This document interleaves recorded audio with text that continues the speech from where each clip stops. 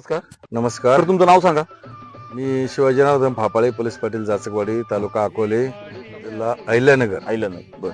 आता हे आपले पेरूचा जो बाग आहे, आज हा बाग किती आपला किती वर्षाचा किंवा किती महिन्याचा बाग झालेला आहे? हा बाग आम्ही 29 डिसेंबर 2023 ला लावलेला आहे. 29 डिसेंबर 2023. 23. बरं. म्हणजे डिसेंबर 23 म्हणजे आता म्हणजे 12 13 महिने महिने 13 13 महिन्याचा महिन्याचा बाग बाग आहे बरं, या बरं, पोझिशन. 40-45 काड्या आमची झाडावर तयार आहे आता. तर हां.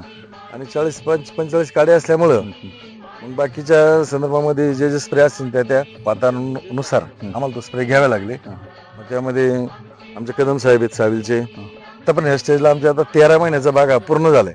आता 8-10 दिवसापूर्वी 5-6 दिवसापूर्वी फोमिंगचं काम पूर्ण झाले आणि तार बांबू करून आता बाग उभा केलेला आहे. साधारणतः आता आपल्या एका झाडाला आपण किती फोम लावलेले?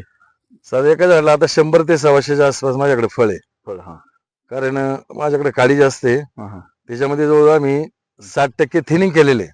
फळ आपण कमी केले पाहिजे. आतापर्यंत 60% समजा आपण तुम्हाला सुरुवातीला बेसल डोस दिल्यानंतर आपण याला समजा निमॅटोड साठी आपण ट्रायको, पेसेलो, सुडोमोनस किंवा आपलं फळ गळवू नये म्हणून आपण ते कॅल्शियम वगैरे आपण घेतले. बोरॉन फळ सोडलं गळून आपण. होणे म्हणून हां. कॅल्शियम, बोरॉन आपण मला वाटतं बायोस्टीम प्लस ची फवारणी जेल मिक्स बरोबर घेतली होती. मिक्स वगैरे घेतलेले. हां, जेल मिक्स आणि बायोस्टीम घेतलं होतं. हां. त्यावेळेस आपल्याला गळीला चांगला बऱ्यापैकी फरक पडला. चांगला फरक गळत झाली नाही आमच्याकडे. झालीच नाही गळ. आम्हाला फळ कमी करावं लागलं तुम्हाला. आम्हाला 2 वेळा थिनिंग करावं लागली. Thinning करावं लागलं. त्याच्यामुळे उलट आमची मजुरी वाढली मला असं वाटायला लागलं आता. कारण काही लोक म्हणजे ऑटोमॅटिक गळ होते, परंतु आमची गळ अगदी 2% गळ झाली फक्त. त्या बऱ्याच गोष्टी 2% पण नाही गळ झाली. बऱ्याचशा गोष्टी वातावरण अवलंबून असतात. कधी कधी वातावरण वातावरण अवलंबून असतं. हे हां. होतं. हां.